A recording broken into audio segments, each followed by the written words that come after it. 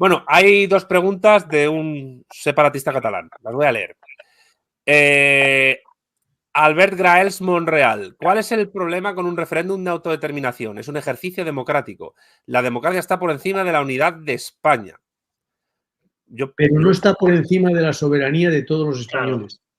Claro, efectivamente, es que cada español es soberano de toda España. Es decir, yo soy soberano de hasta el último centímetro de la nación española. Por tanto, él no puede decidir quitarme mi parte de mi soberanía, como yo no se la puedo quitar a él tampoco. Y yo no puedo votar que el señor Albert Grace no sea soberano en España, ni él puede votar que yo deje de serlo. Sencillo. No, pero tiene un camino.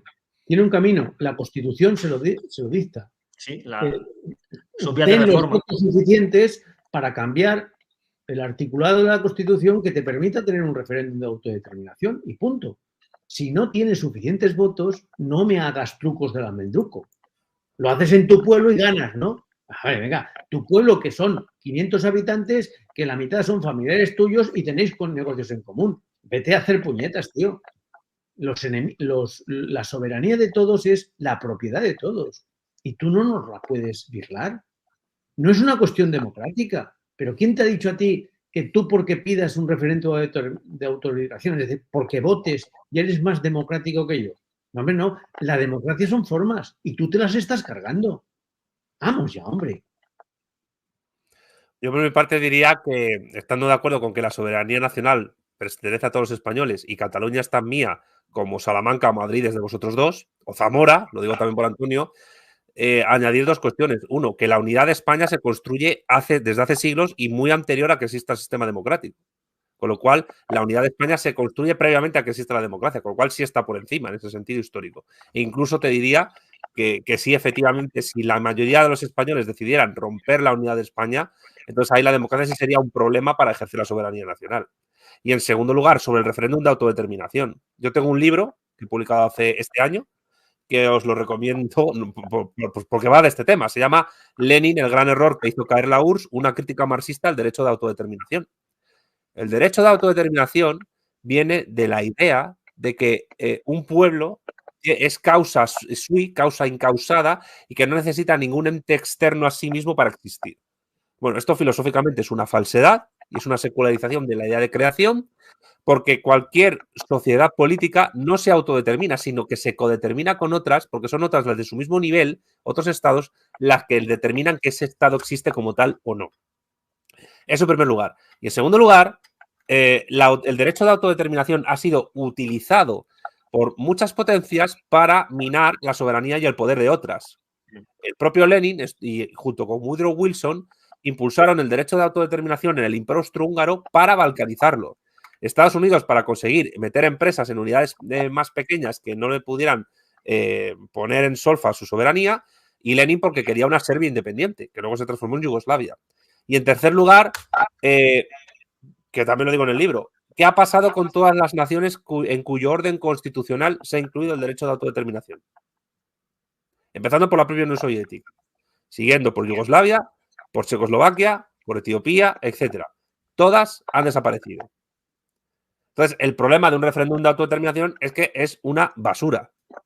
Es que jurídicamente y políticamente hablando es una basura. Y yo por eso particularmente estoy en contra del derecho de autodeterminación, porque no es un derecho, es un privilegio de secesión, como bien han explicado Antonio y Ángel. Pero Albert Graels Monreal tiene otra pregunta. ¿Por qué el de Cataluña es el único proceso de independencia que es un golpe de Estado? A George Washington o a John Adams no los tacháis de golpistas.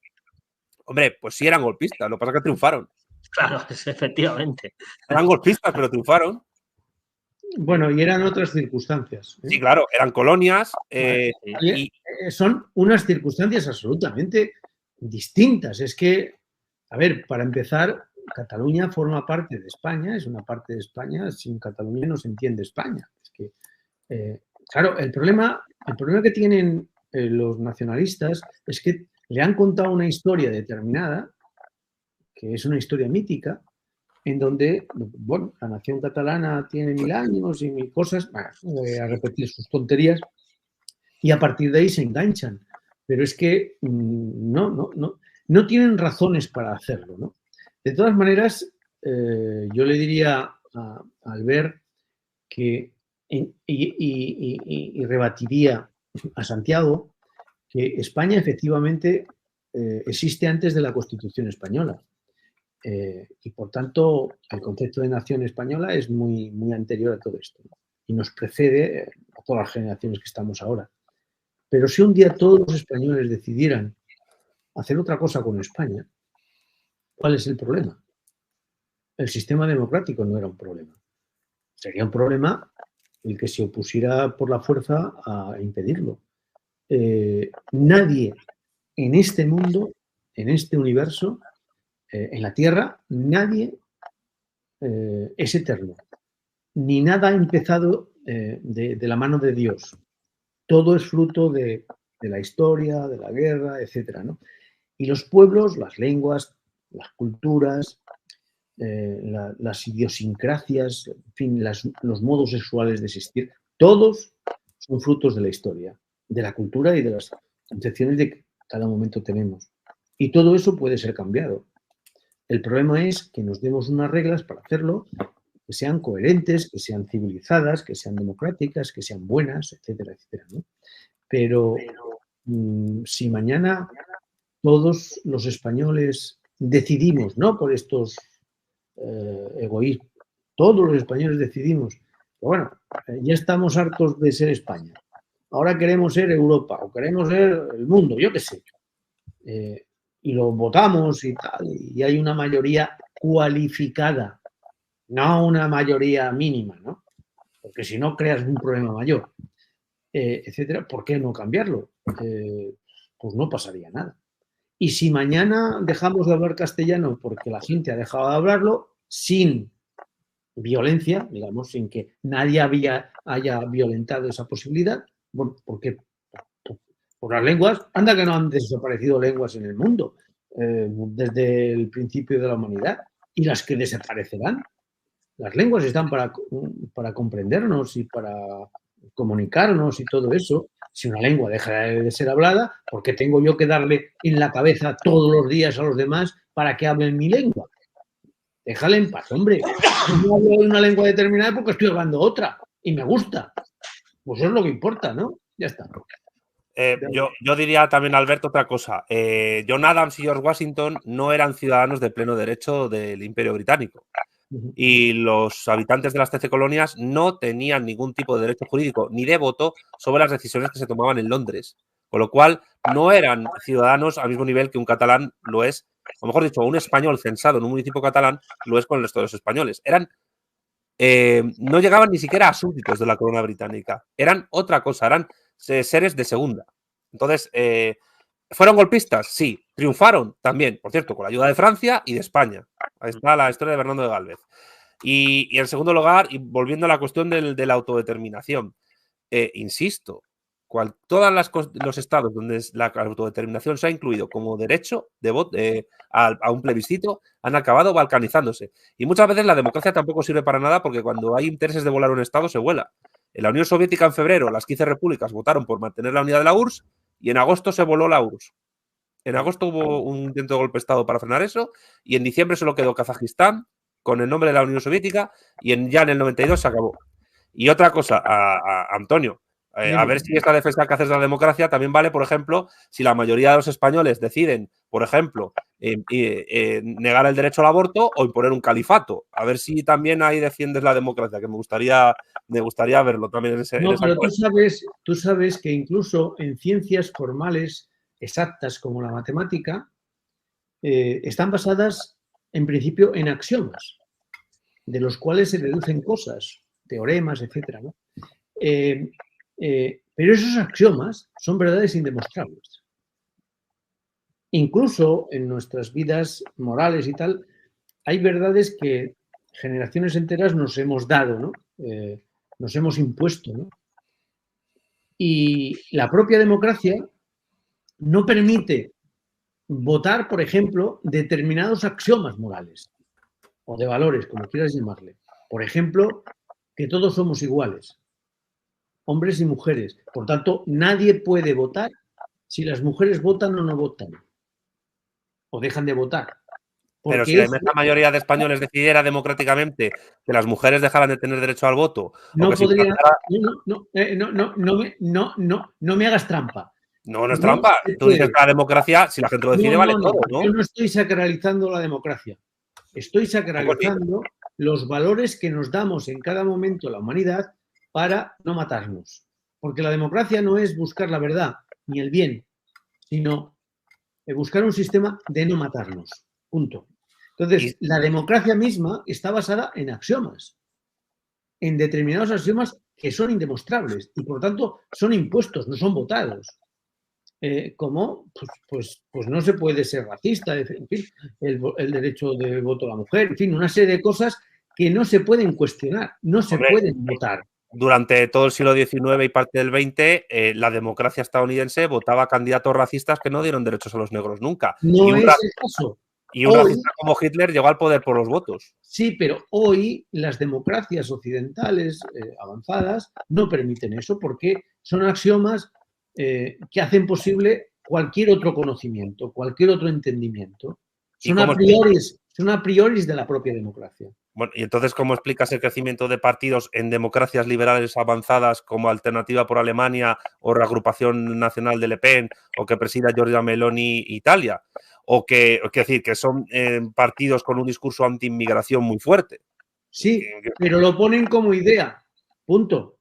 Lo ponen como idea, pero ni Meloni ni ningún otro partido de derechas conservadores, ultraderechas, o lo que sea, ¿no?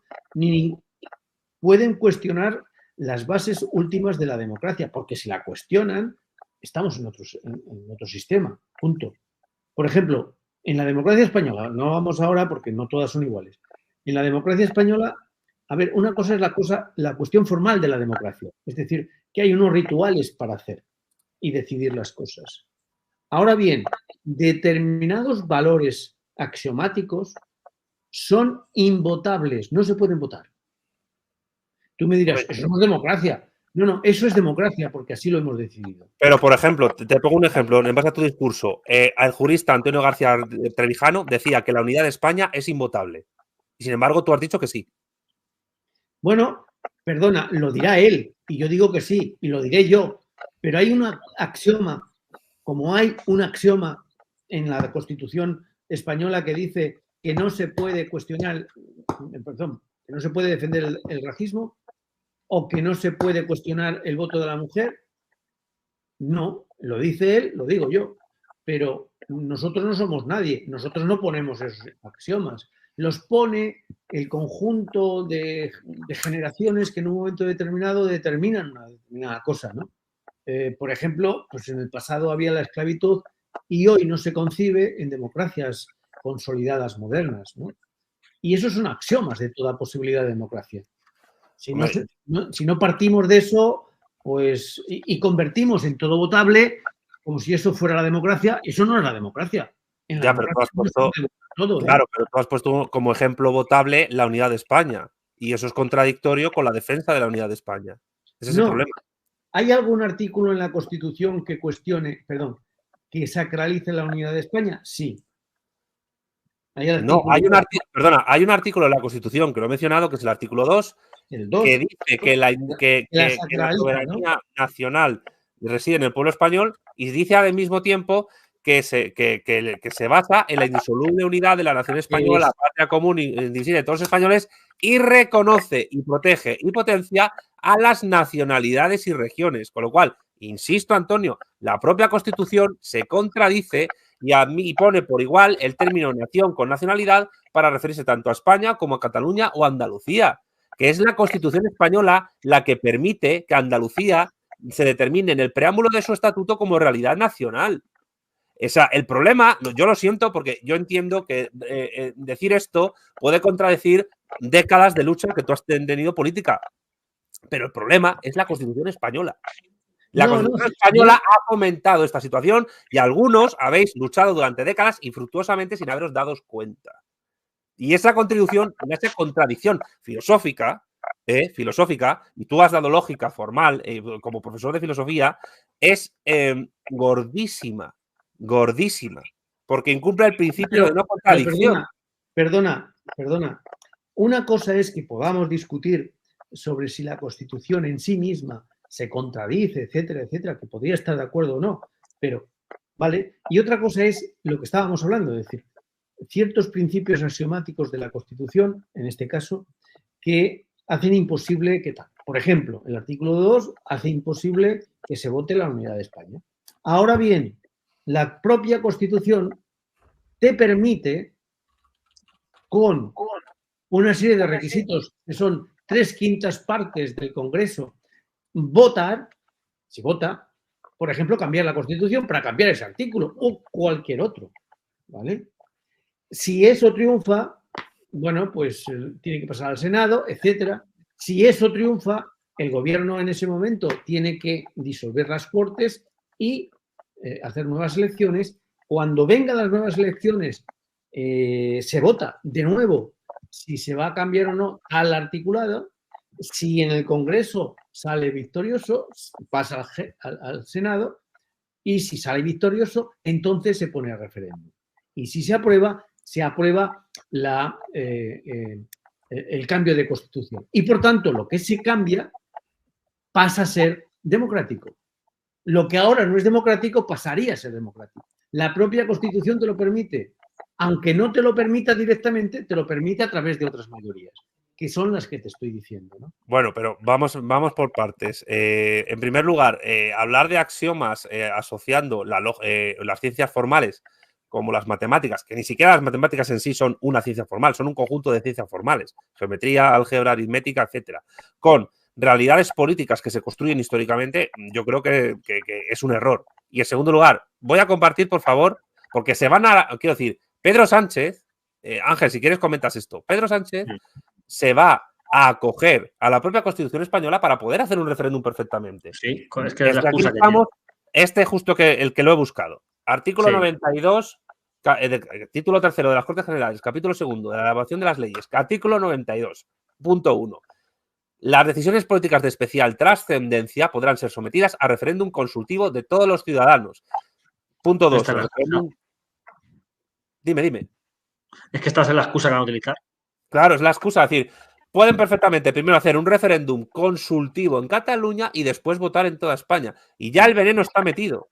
Es decir, el problema es que la Constitución se puede utilizar la Constitución la puede mentar desde un unitarista centralista conservador hasta un confederalista progresista, por seguir los esquemas ideológicos que hay en España. Santiago, esto es otra historia y aquí sí que estaría completamente de acuerdo con vuestras sospechas. Es decir, a ver si me explico. Cualquier truco, y los nacionalistas son expertos en los trucos, cualquier truco que legitime la posibilidad de saltarse la Constitución, el espíritu de la Constitución, no es válido. Por ejemplo, pues en vez de ser un referéndum tal, un referéndum consultivo. Un referéndum consultivo, como dicen ellos, ¿no? Es una trampa de sabucera total. ¿Por qué? ¿Qué pasaría? Si es un referéndum consultivo solo en Cataluña, solo aquello, vamos a ver qué opinan los catalanes, ¿no? En plan así, esto no pasa nada, ¿no? Sus consecuencias no son nada. Primero, legitimas ya para empezar que se pueda hacer un referéndum. A través de una palabra menor, ¿no? Consulta consultiva, ¿no? Bueno.